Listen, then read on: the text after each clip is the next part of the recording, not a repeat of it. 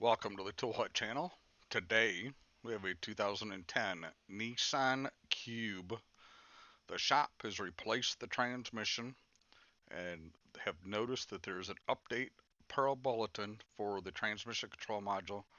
So we're going to uh, do what needs to be done for the used transmission to be installed in this Nissan Cube, and we're going to do an update on the transmission control module. Stand by. While you got a second, why don't you go ahead and click that like button, subscribe to the channel, hit the bell if you want to be notified when stuff comes out. I welcome any questions or comments you may have down below. Okay, first things first. Any of the equipment that you see used in my videos is available on the website. If it's not there, send me an inquiry off the website, toolhutusa.com. That's TOOLHUT USA.com. My name is Sam. Okay, like I say, it's a 2010 Nissan Cube. The shop has replaced the transmission with a used transmission. There is a transmission control module update that they found per bulletin. I do not have the bulletin handy. We're just going to do the update. So for this job, I am using genuine Nissan Consult 3 Plus, a genuine VI2 Nissan Consult interface, and have a legitimate subscription to Nissan for purchasing the calibration that you'll see us do. So let's get this show on the road. Stand by. Okay, so we're all hooked up to the vehicle. First thing we're gonna do is just an all system scan. So we're just gonna, it says it's a 2010 Cube. I know I kind of moved through this kind of fast. To say the least, I was in a hurry, so trying to get things done. This car is hooked up to a maintainer. You'll see that the voltage sticks right around 13.4 volts. And we got a couple of codes, but everything shows passed in the transmission, so I really don't care. So let's just clear them. See if anything pops back. And now we're going to go to the transmission. We're going to do the engine brake adjustment, the conform CVT deterioration. So just going to clear the deterioration first of all. And 0 is what we want that to be. I didn't really do anything here, the eco mode. So we just put it back to factory mode. And then the engine brake adjust. Just hit the up button or down button, one of the two, and it will say that's completed. So everything that you need to do for the replacement transmission is done at this point. Only thing it needs is a test drive. So we're going to go look at the calibration information so we can get this update done.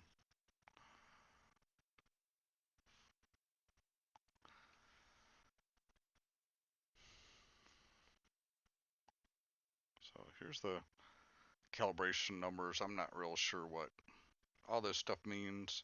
I can tell you that if they're all zeros or something like that, you've got a problem with the transmission control module.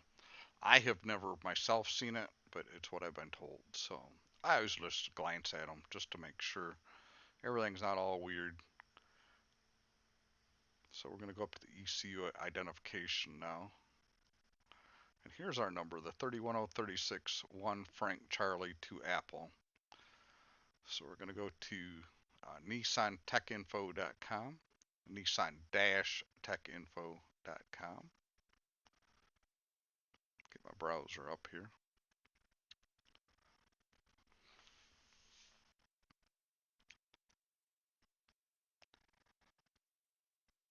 The touchpad on my laptop's a little funky sometimes. So we're just going to go to Nissan-TechInfo.com. We're in the United States. We're going to go to Consult 3 Plus software. I don't think it really makes any difference which one of those you choose. So 31036 is the first 5 numbers for our calibration number. Nissan's very particular about how you choose these numbers. So it doesn't want you to type all the numbers, it wants you to choose it from the drop down. Once you've chosen it from the drop down, then you can go to the second line and put in your second 5 numbers. Remember, we're 1 Frank Charlie, 2 Apple. So you put in, at this point, you'll put in what number you have. Again, you have to choose it, and you can see that there's a 1 Frank Charlie, 2 Charlie update. So we are going to pick that one.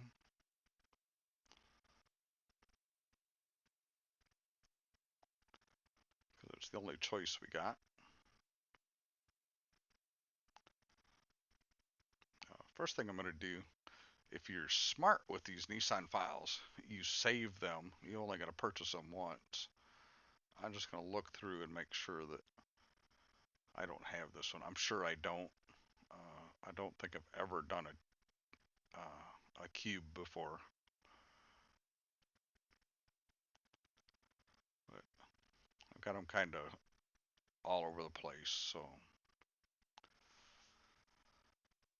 we're just going to go ahead and purchase this one.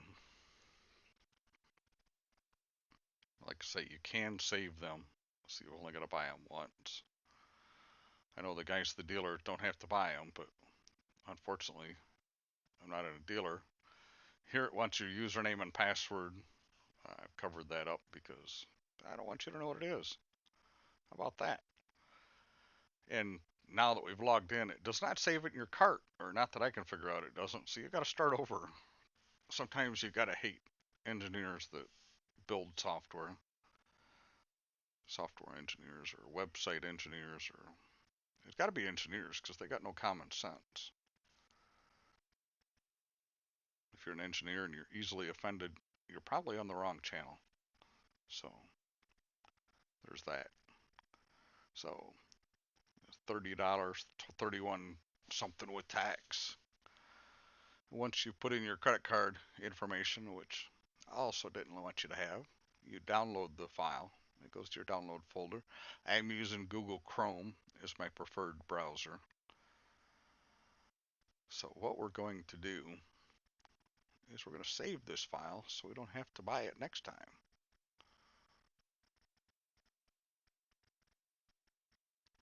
It is in a zip format right now. So we're going to go to, I just save them. Like I say, I'm probably not been saving them the right way, but this is how I'm going to do them from here on out. The 31036 is going to be the first number that I save. You can save them any way you want, or don't save them at all. If you like buying them, then just do them your way. I'm just sharing with you how I'm going to start doing them. I have not been doing them like this, but I'm going to save them in the format of the current file number, not what I'm replacing, obviously.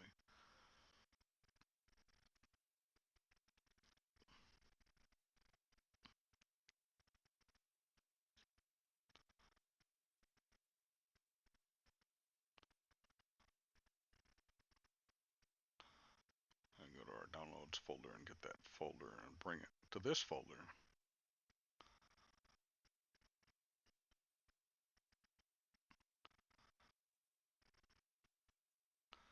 Like I say, the touchpad's kind of goofy on my laptop, so it's a little difficult to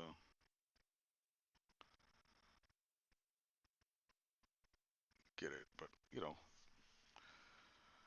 it's a touch screen, so we get through it. So now we need to extract these files. Any zip file, you always extract it first.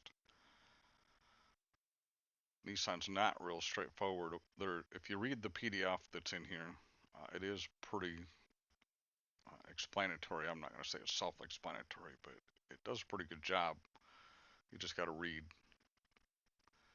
lots of stuff about it. So you don't need the README folder. I always just save the other two and copy them from here because you don't want to lose them. And then it goes to the C Reprogramming folder. And we're just going to paste them in there. That's all we need to do. Now I'm going to go back to our Consult 3 Plus. We're going to go back to the home page. And then over on the right hand side, you'll see reprogramming and configuration. We're just going to hit on that. That gives you some basic information here. But it's just like any other disclaimer. We're going to hit the next button to tell them we've read it, because, you know, that's what everybody does. We're not going to read it 100%. I've done a few Nissans in my life, so I know what I'm getting myself into. Again, it tells you the VIN number, and it's 2010 Nissan Cube. Kind of a weird looking little car, but not mine. So each his own. It doesn't look like a lot of equipment will fit in the back of it. Maybe it will. Might be a good work van, except for the fact that it's got a CVT transmission in it. There is no way I would own a car with a CVT for what I do. So it asks you what module you want to program. Of course, we're going to program the transmission control module, and then the reprogramming button is lit up because it knows there's a reprogram in there for a transmission because of where we put it. It just kind of tells you to turn everything off. Tells you what the part number after is going to be, what the current part number is. Wants to make sure you're at 12 volts. And then we got a battery voltage range. It wants park or neutral, and engine speed is off. So again, it's going to ask you for your username and password here.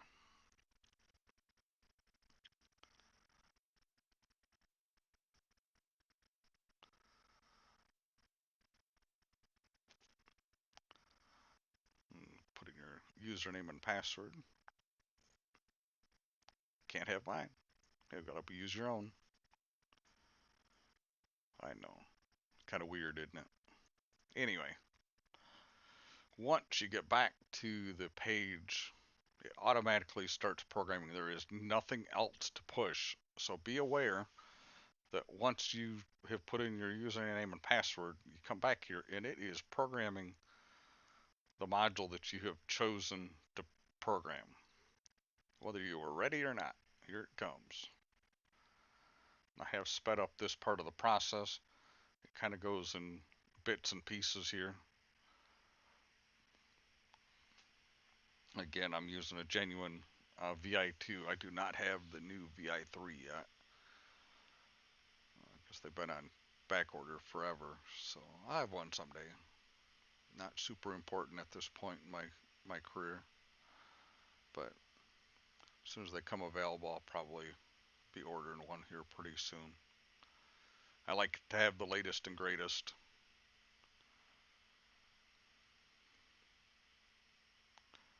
And if you've watched enough of my videos, you'll know that I'm not a big fan of clones or knockoff software, stuff like that. I like genuine stuff because I like things to work when I want them to. So we're just going to kind of watch the paint dry here. It transferred it from the Consult software to the VI, and then the VI to the controller. So the transfer Consult to VI is the laptop to the interface, and then the interface to the module that you're trying to program. And most manufacturers do it this way to prevent a crash if something were to happen to your internet or your cable connection between the laptop and the interface, something like that. Nissans almost never get to 100% before they go to another page. So it says it's completed. I'm going to hit next.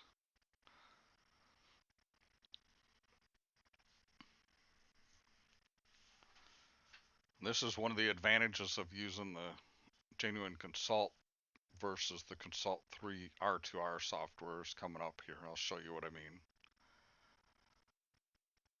Not a huge deal, but it wants the ATF temperature. I have had it running because I wanted the temperature to come up. So we're just going to hit the next button. Come on, hit the next button.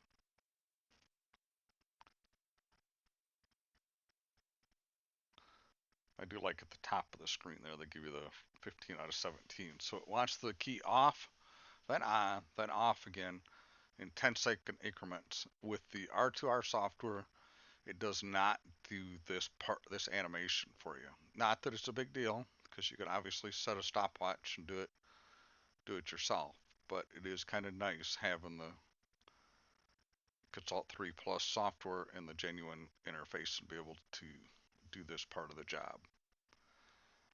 I've done it many, many times with the R2R software though.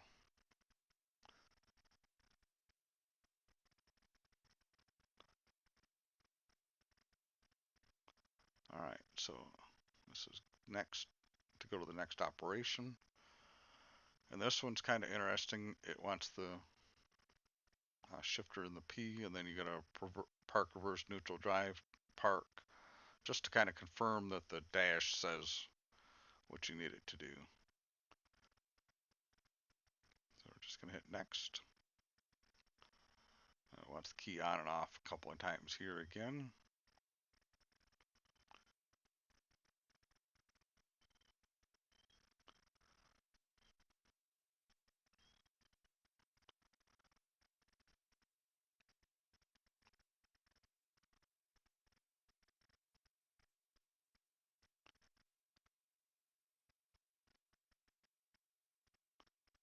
So it's erasing the codes now.